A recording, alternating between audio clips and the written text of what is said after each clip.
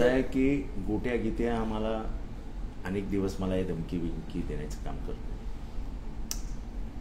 वाल्मिक कराड याचा उजवा हात म्हणून तो ओळखला जातो. बापू अंधळे खून प्रकरणात देखील त्याचा सहभाग होता.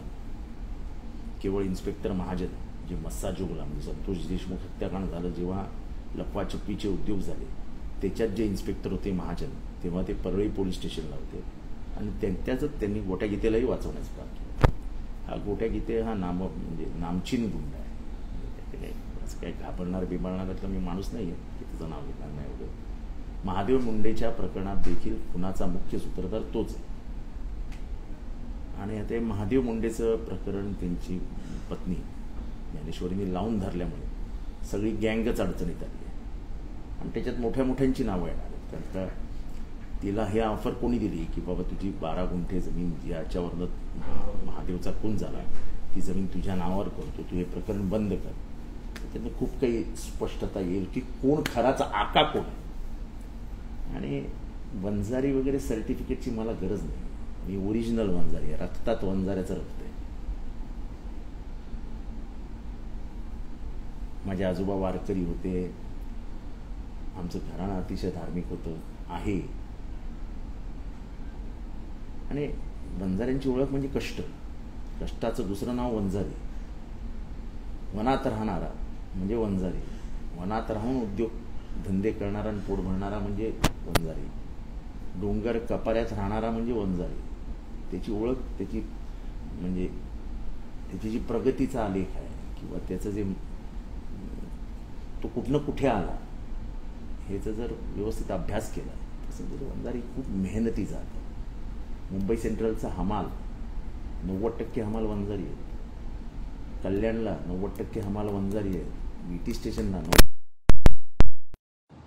मुंबईच्या प्रमुख रस्त्यांवर बाहेर ब्रिज कॅन्डी समोर तुम्ही कुठेही लुगडं नेसून किंवा पांढऱ्या कपड्यांमध्ये गांधी टोपी घालून भाजी विकायला बसलेले, पूर्वी आता नाही, आता बदलला काळ, 100% वंजारी होते. 100% वंजारी. माझी आजीही स्वतः लामिंग्टन रोडवर भाजीची टोपली घेऊन नऊवारी साडी घालून मांडी घालून भाजी विकायला बसायची. अशा कुटुंबातले आम्ही आहोत. आम्हाला हे काय वंजाऱ्यांचं सर्टिफिकेट आहे? हे वंजाऱ्यांना बदनाम करून टाकलं. या गँगने उभ्या समाजाला बदनाम करून टाकलं. उभ्या समाजाला कोणाचं तरी विरोधक म्हणून उभं केलं. वंजारी कोणाचा विरोधकच नाही आहे. आपल्या मेहनतीवरती जगणारा आणि बीडच्या बाजूचे तर भगवान बाबाला मानणारे, भगवान बाबा म्हणजे सगळ्या समाजाला बरोबर घेऊन चालणारे. तेव्हा हे काय मला सांगतात वंजारी मध्ये बदनाम करून टाकलं नाही वंजाऱ्यांना. आणि हे असले धमक्यांना घाबरून मी काय माझं बोलणं बिलणं बंद करणार नाही. मी चांगल्या चांगल्यांविरुद्ध बोलतो. कोण गोट्या पोट्या, याला कोण भीक घालते, असलं काय मी घाबरत बिबरत नाही. त्याला जे करायचं ते करू. चला पुढचा प्रश्न घ्या. भगवान बाबाला मानणारे म्हणतात, मात्र तेच गोट्या म्हणतो की ते जाऊ दे, विठ्ठल आहे ते, जाऊ द्या, विठ्ठल आहे, विठ्ठल. आत्महत्या केली. अरे जाऊ दे रे बाबा, सोड, चल पुढे घ्या. सर, सनातन धर्मावरून पुन्हा एकदा उठलेलं पाहायला मिळतंय. जे पृथ्वीराज चव्हाण आहेत माजी मुख्यमंत्री, हे बघा, सनातन धर्माची ओळख काय? तर ज्याच्या विरुद्ध बुद्ध भगवान पहिल्यांदा उभे राहिले तो कुठला? तो सनातन धर्म होता. वर्ण व्यवस्था कोणामुळे आली भारतामध्ये? सनातन. चारवाकाला कोणी मारला? बसवाचार्यांना कोणी मारलं? त्यांना आत्महत्याला कोणी प्रवृत्त केलं? ज्ञानेश्वर माऊलींना कोणी छळलं? तुकाराम महाराजांचा छळ कोणी केला? गाथा कोणी बुडवल्या? ह्या जातीद्वेष या समाजामध्ये कोणी आणला? शिवाजी महाराजांना राज्याभिषेकापासून कोणी रोखलं? ते सगळे धनातन दहशतवादीच होते. संभाजी महाराजांची क्रूर हत्या दुश्मनांच्या करवी करवण्याचा प्लॅन कोणी केला? संभाजी महाराजांनी पायाखाली कोणाला दिले? ते 5 जण सनातन दहशतवादीच होते. संभाजी महाराजांना तेच फसवू पाहत होते आणि संभाजी महाराजांनी त्यांना स्वतःच्या ताब्यात घेऊन हत्तीच्या पायाखाली दिलं. हा इतिहास आहे. महात्मा फुलेंना कोणी छळलं? धर्मव्यवस्थेविरुद्ध, या कर्मकांडाविरुद्ध, या सनातन व्यवस्थेविरुद्ध उभं राहण्याचं पहिलं काम आणि लिखाण करण्याचं पहिलं काम हे महात्मा फुलेंनी केलं. आपल्या पत्नीला बाहेर काढलं. की शिक्षण झालंच पाहिजे, समाजामध्ये स्त्रिया शिक्षित झाल्याच पाहिजे, तरच हा समाज पुढे जाईल. त्याचा फायदा हजारो लाखो करोडो स्त्रियांना होता. केलं कोणी? महात्मा फुलेंना. त्यांचे काय हाल केले? कोणी केले? सनातन दहशतवाद्यांनी. शाहू महाराज जेव्हा सगळं बंधनं तोडून आरक्षणाच्या बाजूने बाहेर पडले आणि दलितांना क्षुद्रांना पुढे नेलं पाहिजे ही व्यवस्था त्यांनी केला. त्यांना मारण्याचं, त्यांना खून करण्याचं, त्यांना बदनाम करण्याचं काम कोणी केलं? सनातन दहशतवाद्यांनी. पुरोगामी गोपाळ गणेश आगरकर यांना पुण्यामध्ये त्यांच्या खुनाची सुपारी कोणी दिली? सनातन दहशतवादी. एका वर्गाला शिक्षणापासून, एका वर्गाला मंदिरात जाण्यापासून, एका वर्गाला पाणी पिण्यापासून, म्हणजे स्पर्श हा वर्ज्य मानला जायचा. स्पर्श केला तर समाजातनं बहिष्कृत. म्हणजे 95% समाज हा या सनातन दहशतवादाच्या ओझ्याखाली दबला गेला होता, समाजातनं बाहेर फेकला गेला होता. अरे नशीब या भारतात डॉक्टर बाबासाहेब आंबेडकर जन्माला आले आणि त्यांनी संविधान लिहिलं, आणि ते पण सनातन धर्माच्या मनुस्मृती विरुद्धातच. ती मनुस्मृती त्या दिवशी त्यांनी जाळली, त्याच दिवशी त्यांनी भारताचं भलं केलं. नाही तर हीच मनुस्मृती आमचं संविधान म्हणणारे सनातन दहशतवादी या भारतात होते ना. हे संविधान आलं म्हणून आम्ही एवढं बोलू शकतोय. तेव्हा भारतामधली जाती व्यवस्था, भारतामधली वर्ण व्यवस्था, उच्च नीच जात व्यवस्था, दलित क्षुद्र हे सगळं कोणी निर्माण केलं? तो सनातन दहशतवादच आहे. आणि तो हजारो वर्ष भारतात आहे. आणि भारताचं जात व्यवस्था जी आहे त्याचा पूर्णपणाने जबाबदारी ही सनातन दहशतवादाला जाते. आम्ही आमच्या विचारामध्ये आज बोलत नाहीये. आम्ही जेव्हापासून शिकलोय तेव्हापासून हेच बोलतो. क्षुद्र, अतिक्षुद्र यांना समाजाच्या बाहेर ठेवायचं कोणी काम केलं? तुमच्या आईला, तुम्हा सगळ्यांना प्रश्न विचारतोय, तुमची आई ही उपभोगाची वस्तू आहे, तिला फक्त वापरा. या विचारांना तुम्ही समर्थन देणार का? हा विचार त्या सनातन धर्म दहशतवादांचा होता. त्याला आमचा विरोध आहे, राहील. म्हणून जेव्हा एका स्त्रीला बदनाम करतो तेव्हा तो आमच्या आईला बदनाम करतो. आम्ही मातृभक्त आहोत, आम्ही मनुभक्त नाही. जे मनुभक्त असतील त्यांनी याचा विचार करावा. दाभोळकर प्रकरण पण, दाभोळकर, कलबुर्गी, गौरी लंकेश, सांगा ना अजून किती प्रकरणं सांगू? अहो महात्मा गांधी एका निशस्त्र 78 वर्षाच्या म्हाताऱ्या माणसाला समोरनं गोळ्या घातल्या, ज्यांनी कधी कोणाच्या थोबाडात मारली नाही, अशा माणसाला 5 वेळा मारण्याचा प्रयत्न केला, अखेरीस त्याला त्याची हत्या केली ना. कोण होता तो? तो ह्या भारतातला पहिला दहशतवादी नथुराम. तेव्हा आमच्या विचारांमधली स्पष्टता एकदम परफेक्ट आहे. काही त्याच्यात आम्ही मागे पुढे बघत नाहीये. अरे सोडावर, मला कोणाचं काय, कोण काय बोलतो याच्यावरती मला प्रश्न विचारणार. अरे सोडून द्यावं. हे असं आहे की ह्यांनी सगळं केले, जे सगळे माफ आहे ना, त्यांना सगळी माफी आहे ना. शिवाजी सावंत हे, इंद्रजित सावंत हे ज्येष्ठ इतिहासकार आहेत. इतिहासामध्ये इतिहास काय असं उघडलं पानानं लिहिला इतिहास असा नाही इतिहास सांगतायत. इतिहासाला संशोधन करावं लागतं, वर्षानुवर्षाचा ध्यास असतो तो, आणि त्याच्यातनं सत्य बाहेर काढायचं असतं. ते इंद्रजित सावंत काढत असतं. त्यांना तुम्ही मारून टाकू असं धमकी देता. म्हणजे इथे इतिहास वाचायचा नाही, इतिहास सांगायचा नाही, इतिहासाचा अभ्यास करून खरं काय ते आता शिवाजी महाराजांच्या राज्याभिषेकाला कोणी विरोध केला सांगा ना तुम्ही येऊन पुढे. ठीक आहे त्यांचा राज्याभिषेक झाला, पण कसा झाला? तर अंगठ्यानी, म्हणजे पायाच्या अंगठ्यानी त्यांना कुंकू लावलं.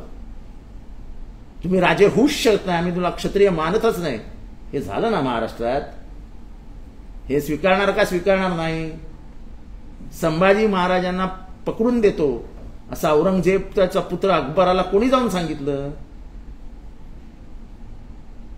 कोणी जाऊन सांगितलं? आणि का संभाजी महाराजांनी 5 जणांना पाचाडला, हत्तीच्या पायाखाली दिलं? सांगा ना, इतिहास सांगा. आम्ही इतिहासाचे दाखले देऊन बोलतो ना. त्या काळात करोडो भिक्खूंना मारून टाकले. का मारलेत? तुकाराम महाराजांना का छळलं तुम्ही? हे प्रश्न विचारणार नाही का? हे प्रश्न विचारणार आम्ही.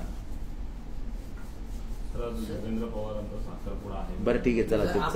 अंबानीच्या मंतरात गेलेले त्या माधुरी हत्येबद्दल पेटाने एक वादग्रस्त पोस्ट केलेली आहे. त्या मठाला आम्ही रोबोटिक हत्ती भेट देऊ असं त्यांनी. हे मूर्ख आहेत. माणसाच्या भावना जुळलेल्या असतात. 40 वर्ष त्यातलं घर आणि घर त्या हत्तीनीच्या प्रेमात आहे. हत्तीनीच्या प्रेमात आहे. गाव जेवलेलं नाही, काही गावं जेवलेली नाहीत 4-4 दिवस. घरात अन्न म्हणजे चूल पेटलेली नाही. माणसावर प्रेम करायला विसरलेली माणसं ही अशी असतात नालायक. मुक्या प्राण्यांवर प्रेम करून बघा, मग तुम्हाला समजेल प्रेम काय असतं, तो कसा तुमच्यावरती उलट प्रेम करतोय. ती माधुरी हत्तीन जेवली आहे का ते वनतारामध्ये? 5 स्टार खिचडी मिळते तिथे, मस्त तुपात शिजवलेली अशी, म्हणजे आपल्याला आपण घरात खात नाही अशी खिचडी तिथे मिळते खायला. खाल्ली का त्या माधुरीने? नाही खाल्ली. तिला तिची माणसं दिसत असतील समोर. कुठे गेली माझी ती प्रेमाची माणसं सगळी? शेवटी प्रत्येक प्राणी, मनुष्य असो नाही तर मुका प्राणी असतो, प्रेमाचा भुकेला असतो. भुकेला मनुष्य जातीतनं प्रेमच नाहीचं होत असेल तर करणार काय त्याला? कोण हे पेटा फिटा? यांना पिटलं पाहिजे धरून. पेटा. देवेंद्र फडणवीस अनेक खुलासे केले. एका वृत्तवाहिनीला मुलाखत दिली. त्यांचं म्हणणं की एनसीपीने प्रत्येक वेळी अजित पवारांना खलनायक बनवलं. अजित पवारांना वाटलं त्यांना पक्षामध्ये संपवलं जाते. असं आहे की मला त्याच्याबद्दल काहीच बोलायचं नाही. 70,000 कोटीवरती सर्वात जास्त भाषणं, चक्की पिसिंग आम्ही थोडं बोललो होतो. उगाच आता झालं, राजकारण झालं, तुम्ही जे काय व्हायचं ते केलं, त्याच्यावरती काही बोलायचं नाही. स्वतः प्रधानमंत्री मोदी देखील याच्यावरती बोलले होते.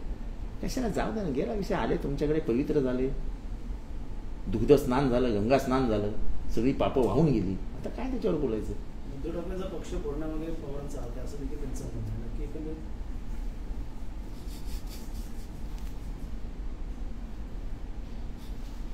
सर 8 ऑगस्ट उद्धव ठाकरे दिल्ली दौऱ्यावर असणार आहेत. इंडिया अलायन्स आघाडीची मोठी महत्वपूर्ण अशी बैठक दिल्लीत पार पडणार आहे. 6-7-8 दिवस भारतातले अनेक विषय ते मांडले जाते. आपण सुद्धा या बैठकीला असणार आहेत का? आणि काय इंडिया अलायन्सचा अजेंडा किंवा काय असणार आहे? नाही, मला याच्याबद्दल काय नाही. सर, सामाजिक न्याय भवनाच्या वसतिगृहासाठी 5, 10, 15 कोटी जितके लागेल तेवढा पैसा मंजूर करतो. सरकारचा पैसा आहे, आपल्या बापाचं काय जातं असं मंत्री सरकारचाच पैसा आहे. ते थोडी त्या खिशातला पैसा आहे. खिशातला थोडी पैसा आहे, सरकारचाच पैसा आहे. मेघना बोर्डीकरण चला, जय हिंद. मैत्री दिन आहे, काय शुभेच्छा असेल मित्रांना, मित्रांना सत्ताधारी पक्षाच्या सुद्धा मत. मी माझ्या फेसबुकवर पोस्ट केली आहे की मित्र नावाची एक प्राणीजात हळूहळू नष्ट होत चालली आहे. मित्र कोणा असं म्हणू मी? असा एक प्रश्न. झोपताना मित्र असतो, सकाळी तो वैऱ्याच्या घरात बसलेला असतो. कसली मैत्री आणि कसला मित्र हो? तेव्हा मित्र म्हणजे माझा तर विश्वासच राहिला. सर, मैत्री दिनानिमित्त एखादं गाणं असेल मित्र मी टाकलं नाही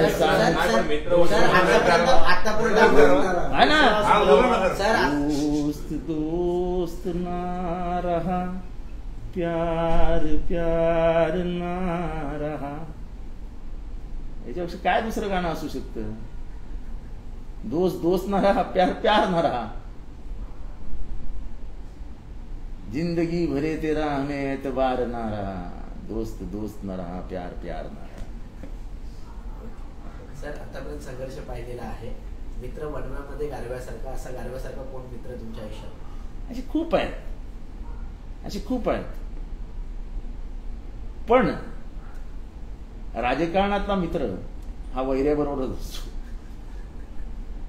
आम्ही चांगला अनुभव घेतला. राजकारणातला मित्र कधीच कोणाला समजू नये. जे मित्र आहेत ते आता लहानपणीचे मित्र आहेत, राजकारणाच्या बाहेर आहेत. अनेक वर्ष बरोबर आहोत, अनेक वर्ष. पण ज्यांना राजकारणात आणून आपला खरा मित्र आहे जाऊ द्या. उद्या तुमचा वाढदिवस आहे सर. उद्या नाही रे बाबा, परवा तुमचा वाढदिवस आहे. कार्यकर्त्यांमध्ये मोठा उत्साह दिसून येतोय. शहरामध्ये अनेक बॅनर्स देखील लागलेले आहेत. पण तुमच्या मतदारसंघातला एक बॅनर सर्वांचं लक्ष वेधतोय. त्याच्यावरती तरुण मंडळीने हा बॅनर लावला. त्याच्यावरती उल्लेख केलेला आहे की डॉन म्हणतात डॉन, जो मराठीमधला एक फेमस गाण्यातला भाग येतो. काय संबट रॅपर आहे ते गाणं आहे डॉन म्हणतात डॉन. तो काय संबट रॅपर म्हणतो, डॉन म्हणतात डॉन असा उल्लेख त्या बॅनरवर बॅनरवर उल्लेख केलेला आहे. त्या कार्यकर्त्यांनी काय लिहावं हे सुद्धा मी चेकिंग करायला होतं. माझं बॅनर काय मी दररोज घरी मागून चेक करू, काय रे काय लिहिलंयस बॅनर दाखव. कार्यकर्त्यांमध्ये उत्साह असतो, तुम्हीच म्हणता उत्साह आहे. तर तुम्ही डॉन आहात का? मी जरा आज अभ्यास करतो स्वतःच्या व्यक्तिमत्वाचा, चारित्र्याचा. उद्या सकाळी तुम्हाला मुलाखत देतो. जर मराठी भाषेचा नावे हिंसावत असेल तर त्यावरती कारवाई केली जाणार असं फडणवीस म्हणतात. मला वाटतं एकंदरीत ठाकरे टार्गेट केलं तर मराठीचा मुद्दा आणि येणाऱ्या काळात नाटक जे ते गुजरातीमध्ये नाट्य संमेलन. मला वाटतं हे असे नॉन इश्यूजला इश्यूज करू नका. हे मुद्दामून केलं जाते, हे मुद्दामून केलं जाते. हे मुंबईतली बिगर मराठी जी मतं आहेत, मराठी इतर जी मतं आहेत, मराठी व्यतिरिक्त जी मतं आहेत, त्यांना आपल्याकडे बांधून ठेवण्यासाठी हे शब्दप्रयोग केलं जातं. त्याला याच्याकडे फार लक्ष देण्याची काही गरज आहे असं मला वाटतं.